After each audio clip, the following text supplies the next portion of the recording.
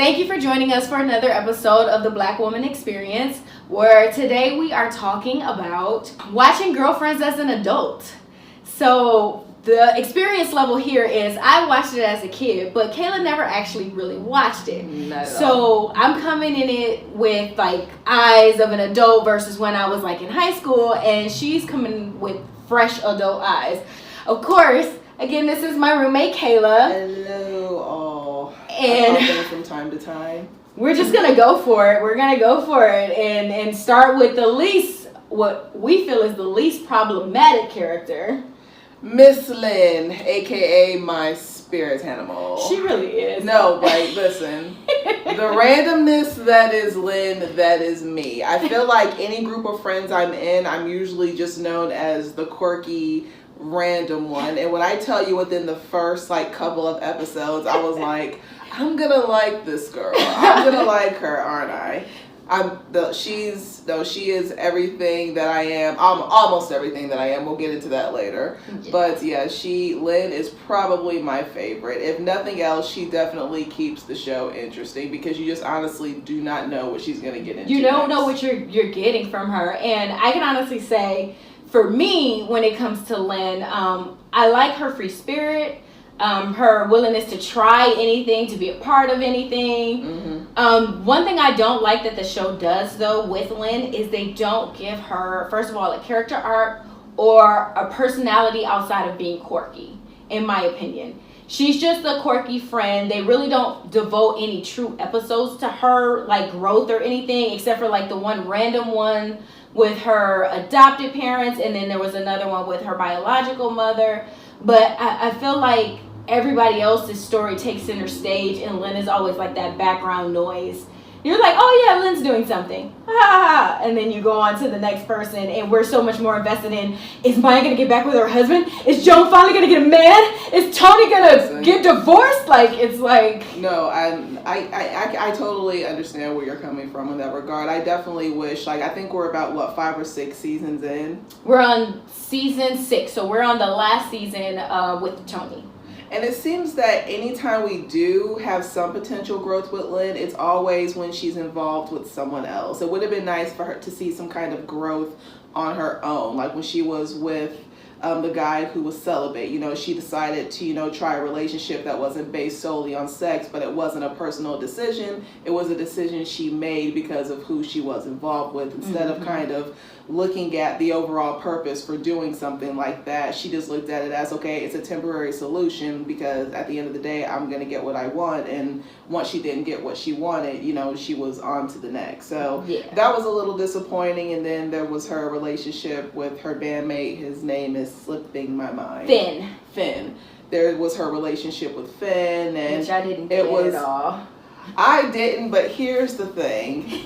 And I think you and I have actually had this conversation a few times about how, we'll go into certain situations thinking we want one thing, and when we get exactly that, we realize it's not, what we wanted. And, I can relate to Lynn on some level in that regard, where I'll go into a situation, once again, changing who I am and changing what it is I think I need in order to suit this other person, because I think, they may be right for me. Yeah. Only to realize that, no, that's not what I want deep down. And I'm pretty much setting myself up for failure in that regard. Right. So because I went into it knowing what it was, but knowing deep down it's not what I need. So I can relate to Lynn like that on some level. So as irresponsible as she can be, as random as she can be, I think to some degree, a lot of her promiscuity, it was, kind of a facade, just kind of hiding, what it is that she's really feeling or what it is she really wants out of life. Hence why she continues to, get all of these degrees, because there's really she doesn't really have any direction at the moment. She's just doing whatever. And then, like I had mentioned before, it's interesting that you say that her sexual prowess is a bit of a cover, because I remember mentioning to you that she really falls hard for guys who she feels like she has a spiritual, personal connection with, like with Savad, and she loved that they had that poetry connection, and she felt like that was only something that the two of them shared. And even with the guy Finn in the band, she loved that they had music together, and she felt like that was their connection. But she only really goes hard for the guys that she feels like there's only them two. There's only that connection. Even though she goes around and she says, oh, sex, sex, sex all day, the thing is, she actually wants to be able to have a deep rooted connection with someone that's not shared with anyone else. And I think that's very telling of her character and her like randomness, because she wants to be rooted, but she's waiting on somebody else to start that rooting for her. Huh. I never really looked at it that way. That's interesting. That's an interesting take. Yeah, that's kind of how I feel about her. Okay, so now let's talk about Maya. Maya. What are your initial thoughts on Maya? Okay, so here's the thing. Okay, earlier, we all know, whoever's watched the show, we all know earlier in the show, spoiler alert if you haven't watched it, sorry, she has an affair. And here's the thing. Despite her having that affair, I didn't really hate her for it. Like, I'm not going to say I guess I kind of understood her reasons why she kind of latched on to Stan the way she did. You know, obviously, you know, when you're with someone for that long, and, you know, obviously you're going to wonder if the grass is greener on the other side, only for you to realize that it's not, and by then it's too late. But so I didn't necessarily she didn't start irking my nerves until the later seasons, until they got back together. Because now all of a sudden, all the issues, it's like, they basically did what they did when they were younger. They just kind of rushed into it without really addressing, you know, any of the issues that they had. And that was kind of my gripe with her. It's like, okay, you fought so hard to, you know, get him back. You know, you basically sabotaged his new relationship. But was it more, did you really want the marriage back because you were genuinely interested in fixing the marriage, or because you just wanted to win? You just couldn't stand the fact that, you know, he walked away from you. You couldn't stand the fact that, you know, this other woman was about to have him. And then as soon as they got back together, all those old issues resurfaced. But, you know, that being said, it looks like, you know, we were going into, you know, them discussing possibly resolving that, and, you know, kind of taking a step back and getting to know one another again, because they haven't been together in a while. So they're two different people at this point. They are. So here's hoping, you know, they do that, and, you know, they do decide to solve their overarching issues, and then figure out what the heck to do about Mr. Jabari, because listen, he's just being rebellious right now. I loved me some Jabari until he started acting up. I was like, oh, okay. He's rebelling. Jabari's my boy. He's good for some comic relief. He's a character. But yeah, so here's hoping that, you know, they, you know, do resolve their issues. But I don't really have any beef with Maya. You know, she had that one slip up with Stan. You know, she has her book success. So I don't really have too many gripes when it comes to Maya. So my first initial idea of Maya, like you said, I was on the same page. I didn't hate her after the affair, because the funny thing is, in the very first season, we actually see Darnell not actually have a full-fledged affair, but he started accepting attention from somebody else at work. And so then you later see Maya do the same thing, but then she takes it a little bit further than he did, into the extreme. What happens when you have two people who were like teenagers when they got together? They didn't know anything outside of each other. They happened to get pregnant and decided, okay, we're going to build a whole life off of that. Like, you don't find out until they actually get back together that literally they were together for like a month before she got pregnant, and then they were just like, they had to go right into mommy, daddy, husband, wife mode. So both of them were experiencing that I want to see what else is out there kind of mode. Darnell didn't go full on into it, but Maya did. And then when they separated, it made sense that they did their own thing. They needed to, because they needed to find out what life was like without each other. Unfortunately, they had Jabari, and that's kind of why we see him acting out, because you have to deal with your parents splitting up, fighting, getting back together, all this back and forth, moving from one place to another. It's a lot. So I get why he's kind of acting out. So, but at the end of the day, I don't hate Maya. I understand where she's coming from. I do want to say, though, that they shouldn't have gotten married when they decided they were going to try again. They should have just tried again before they gotten remarried. And Maya Joan and Toni influenced her way too much, and it had a really bad effect on her marriage. She didn't know who she was because she is the youngest out of the group, and she let these older women talk her into what type of person she was supposed to be. You see her starting to grow out of that, but it took a while for her to get there. Yeah. So yeah, like I said, it'll definitely be interesting to see how her and Darnell, address their issues, and that I didn't even think about that. That's definitely something that does need to be addressed, because even in her other relationships outside of Darnell, the girls had a huge influence on that. So no, it'll definitely be interesting to see how they progress after that. So who's next? Miss Toni, honey. Toni, honey. See, here's the thing. I'm already... We haven't even hit who yet, and I'm already rubbing my head. So let's just go ahead and get down to Toni. I'm going to go ahead and let you start this one off. Lord First of all, what I want to say about Toni, the one really good thing that I want to say about Toni is the bitch I wish I was. She does it so well. She is toxic. She is narcissistic. She has all kinds of issues. But whoever Toni says she is, that is who she is. She don't hold no punches for nobody. She don't pretend for nobody. You can't blame her for it. You can't blame her for it. I love her confidence. What I do not love is how unempathetic she is to anybody who's in her life. She's way too needy on Joan. She just did her husband so bad. She did him so wrong. Horrible. And all he ever tried to do was love her. At the beginning, the first season, she was like absolutely the worst. You do see her get a little bit better as the seasons go on, but that narcissistic personality stays. You do see some growth when she gets with Ty. The only problem is she was already so broken by the time they got together that he had to be the one that rebuilt her. And now that she's a little bit better than she was before she married him, she drug him through the mud in the process. Yes. So, I mean, again, I don't hate Toni. Actually, I love her confidence. Like I said, she is the bitch I wish I was. She definitely needed a lot of work before she got married, before she had a baby, before she did any of the things that she is working through now. Yes. So, agree. All of the above. Yes. From a confidence level, Toni, I aspire to a confidence level that is Miss Toni.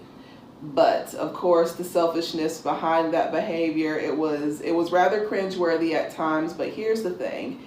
One thing that I thought about throughout watching Toni is I just wondered why at the end of the day men are so attracted to women like Toni. Despite her confidence, despite her narcissism, men tend to be just drawn to women like her, even though they know that, okay, this woman's here for one thing, she's really only here because she knows that I can provide for her financially. But it just really amazes me how men can say, I want someone, who's here for me, but yet I see constantly women like Toni constantly winning.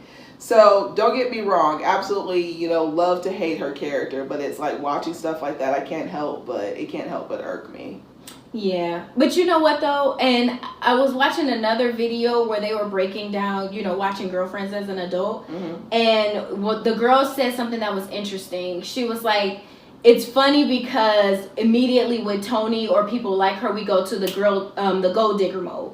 But is it wrong to ask for something that you want, which is financial security? I feel like so many times we're trying not to be perceived as that gold digger, that we settle for someone that doesn't have the things that we want them to have, or even on our level of, financial stability. And we're like, well, no, that's not the most important thing. The most important thing is love. And granted, I still do believe that, but then that doesn't mean we can't require that he shows up and is able to provide. Like, is it wrong to say, I want someone who can provide and take care of me? Even if I don't need him for that, I want somebody who has the ability to do that. Versus, I just want to be with someone I truly, truly love, and that's it. Like, I definitely want to be in love, but I want to be in love and financially secure. I guess at the end of the day, all men do want to feel like they can take care of their woman. So I guess it's not a stretch for a woman to say, hey, this is, what I want. And I applaud that about Toni. I admire that about Toni. At the end of the day, she is who she is. Like, look, this is what I want. I fought hard to, get away from my old neighborhood. I aspire to this level of petty or confidence or whatever you want to call it. I aspire to this, and this is exactly what I want. And, I'm not going to falter for that. But, it does, again, it was something that that did cross my mind a few times, where men, some men seem perfectly okay with just kind of being dragged through the mud by women like this, as long as, the woman's happy at the end of the day. I get happy wife, happy life, but how much of your emotional sanity are you willing to sacrifice at the end of the day in order to keep this woman in your life? And she's a trophy. She's gorgeous. Toni is gorgeous. She's beautiful. She has a great body. And most of the time when guys put up with the gold digger, it's because they look a certain way. And so they're like, okay, I'm perfectly fine giving this beautifully gorgeous woman who they all kind of look alike to me after a while, but regardless, beautiful, gorgeous woman, all my money, all my time, all my effort, versus this average maybe looking woman who would devote more time and energy into me, but I wouldn't feel as confident walking into a room full of billionaires with her. And that's why they're so willing sometimes to be with a Toni. And it's I get what you're saying, it's sad, but I think it's up to the women on the other end of the spectrum to up their standards too, and not settle for the guys who can't get them into those parties, to some degree. No, I'm not. No, I 100% agree. Again, confidence level, we should all aspire to be a Toni. We should all walk into a room knowing that we're the flyest one in the room, knowing what it is that we want and going for it. So, in that regard, much love to you, Toni. Much love. Okay. We've been avoiding her. I'm going to turn all the way around and get all the way into this, honey child. Miss Joan Clayton. I want to let you start off with it. Listen. Because, I got so much to say. Go ahead, girl. Listen. Here's why I regret not watching the show as a child. So granted, I probably wouldn't have looked at it with the same eyes I'm looking at it now at that age. But let me tell you how watching Joan would have been a precautionary tale. You would think that, but I did watch it as a child. But see, at that age, like, you're not looking at it and you're not like, oh, wow, I do not want to be like that. Like, my goodness, she is doing the most. But here's what really made me mad about Joan. The fact that I just related to her so badly. That's what made me mad the most. Like, that's what really made me mad. The fact that I was just watching the TV and I'm just like, I've done that before. I've done that. I've said that several before. times. And wow, I really looked that ridiculous. Wow. It's like, no, you don't understand how I just wanted to look through my phone and just text whatever ex I've had in recent memory, be like, look, I remember when I did this. I am so sorry. Like, I get it doesn't mean much to you now. Congratulations on the baby. Yes. I get it doesn't mean much now, but oh my God, I was horrible. And, even with my last serious relationship, like I said, I don't blame, everything on him. Like, I played a part in, things falling apart too. But to see, it play out the way Joan played it out, it's like, it's no wonder when this show came back to Netflix, people were like, oh my God, like, Joan is just the worst. She is. Within like the first 2 seasons, I was ready to cancel her a few times. And the thing is, like, a lot of the guys that she just was so awful to were just really decent guys. And it's like, okay, how many decent guys did I do this way? I'll admit, I'm not the easiest person to deal with. I can admit that on camera. I can admit that. But, oh my goodness, like, if nothing else, watching her has just made me take a step back and be like, okay, let me play out the situation. What would Joan Clayton do? WWJC. What would Joan... And so I cannot do that thing. So I cannot do that. I'm telling you, watching the dating life of Joan Clayton in her early 30s is a precautionary tale for anybody. So I could talk about Miss Joan all day, but let me go ahead and let Miss Cat get a word in. Like, girl, night after night, we would just sit here why? Look at each other from across the couch, yelling at the TV. I don't understand who does this? Why? So, as somebody who did watch Girlfriends when I was a teenager, because it came out my freshman year. So it was early 2000s until 2008. So it was my freshman year all the way up until mid-college years, whatever. So I did watch it when I was somewhat old enough to kind of comprehend, but not really see the full big picture because I was getting into adulthood. And Joan got on my nerves then. She got on my nerves then, but not to the extent that she gets on my nerves now, because I do have experience in dating, and like you said, I see myself in her to some degree. I see myself doing a lot of what she does. Her character is actually, truth be told, reminiscent of Molly's character in Insecure, both of which are always trying to paint this perfect picture of what their life should be instead of enjoying what their life is. And then when they come across good guys who actually genuinely care about them, they're never satisfied. They want too much. They keep badgering at them over little bitty things. It's almost like they're trying to find something to be upset about. Now, granted, I know a lot of people are going to disagree with me on this one. I think one of Joan's better relationships was with Sean. And even though he was a sex addict, I agree. Because so many people are like he was trash because he was a sex addict, but he was actively working to fix that on himself, and he genuinely cared about her. He wanted to have a relationship with her. He wanted her to be out there in New York with him. The only big thing I did not necessarily agree with him was it was all or nothing when it came to New York. He wasn't willing to try at long distance for at least a little bit. He was like, move out here now or we can't be together. That's the biggest thing I disagree with him with, but she was never satisfied. She kept trying to force it and push it, and from the very beginning, and I was just like, dude, stop being so over the top. And then that forced relationship with her and William. And I was like, why are we even looking at this? She's so hard to please.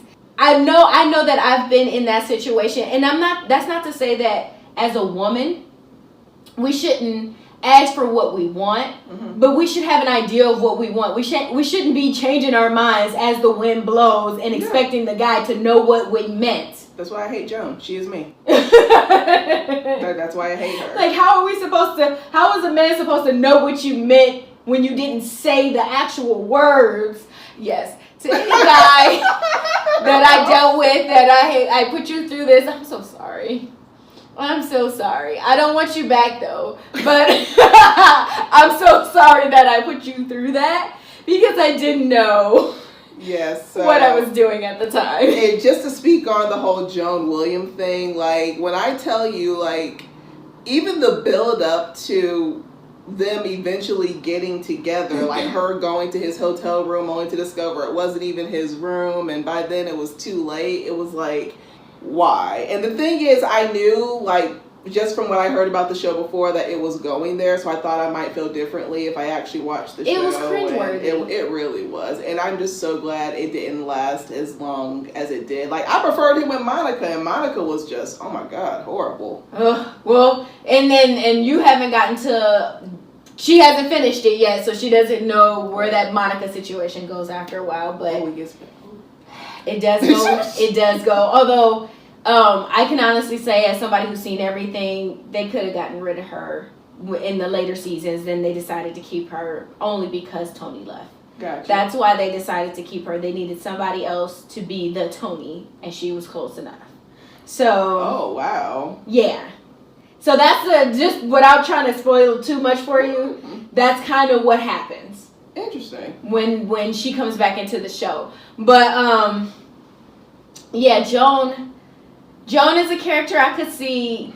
I like, again, I say I am sorry for anyone I dated who had to deal with my Joan-ish tendencies, but you know, at the end of the day, I think we're all a little mix of all four. Of them. All of them. You know, my Joan happened to come out more often than my Maya or my Toni or my Lynn. Yeah. You know, so.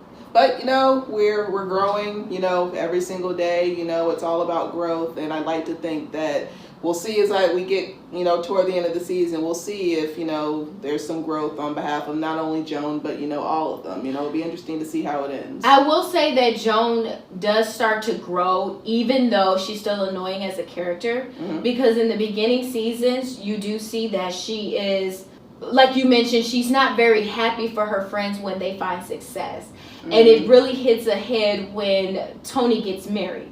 Because she's so blinded by her jealousy of Toni getting married that she drug Ellis through the mud.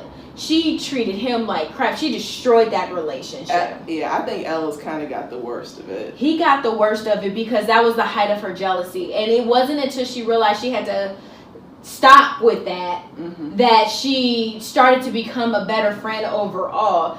Like in the situation where she was telling Maya to go home to her husband and figure it out. That's something Joan wouldn't have done, I believe, in the earlier seasons. I feel like she would be like, girl, yeah, you don't need him, because she didn't have a man at that time. Mm-hmm. But she was introspective enough to stop and be like, girl, don't sit here with us in our confusing situation. Go home and figure it out with your husband. And I do see that as some growth. She still has a long way to go. And honestly, as her friendship with Toni, she should have ended that in season 1. Yeah, that as much as I want to believe that friendship will somehow get better, like we said, Toni is who she is. She's not, people like her typically don't change, not even for, you know, someone as close as she is with Joan. So I don't see that happening. So Joan's on her own with that one. Okay, so the show overall, I want to, is it okay with that I start? Yeah. The one thing that I did not like about the show overall is, as amazing as this show is, it was too focused on men. It seems like the women couldn't really have a conversation together without talking about, I'm not in a relationship, I'm in a relationship, my man, or whatever. Mm-hmm. And I get it, you know, that is a big part of, honestly, life in general. We can sit here and we can sit back and be like, oh, they should be able to have a conversation that's not about men and everything. But in real life, most of us as women kind of talk about men, especially if we're heterosexual women. We talk about men a lot more than we want to admit to. Yeah. But I would have liked them develop the women as people a little bit more, especially when it comes to Joan's character.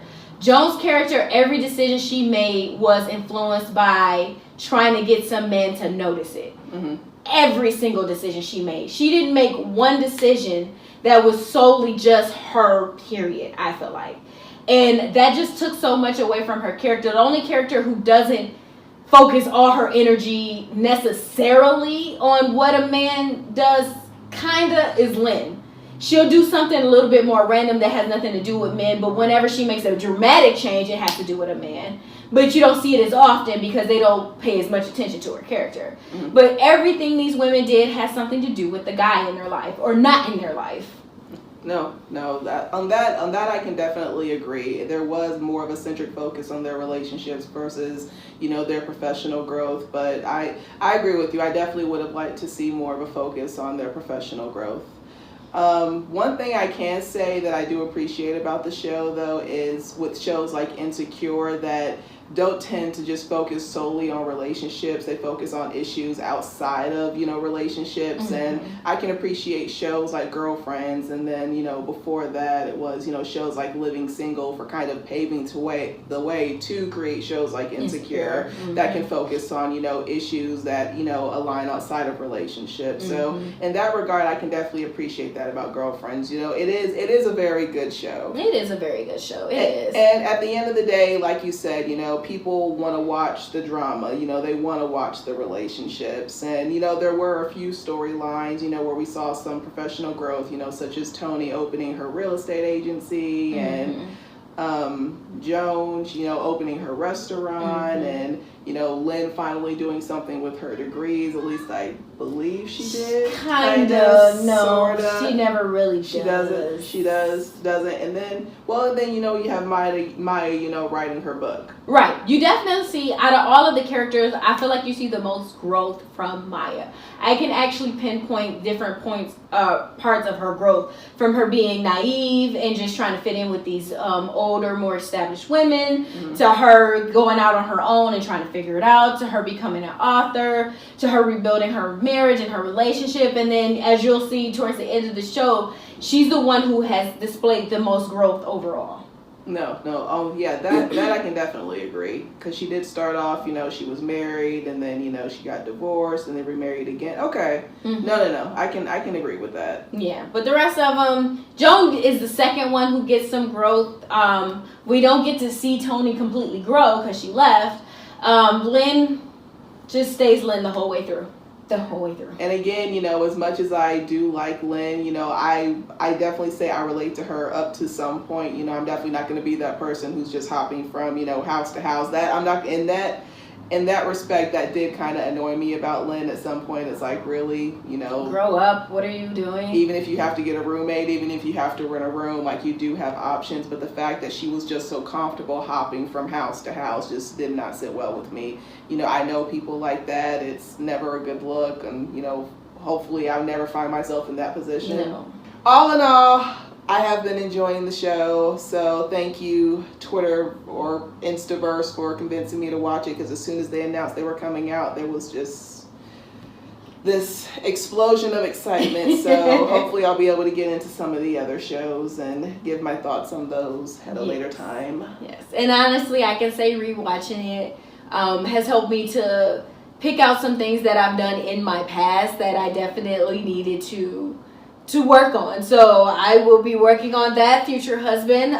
Thanks, Joan. So that I can be a not Joan at the end of the day, and a not Toni, because I don't want to be neither one of those. I definitely want her confidence, but her relationships, not so much. So that's pretty much all we wanted to talk about, so the video won't be too long. But yeah, definitely loved rewatching the show. I'm glad that Kayla got a chance to experience the show, and that I got a chance to experience it with her, because we really do have some crazy conversations watching that show.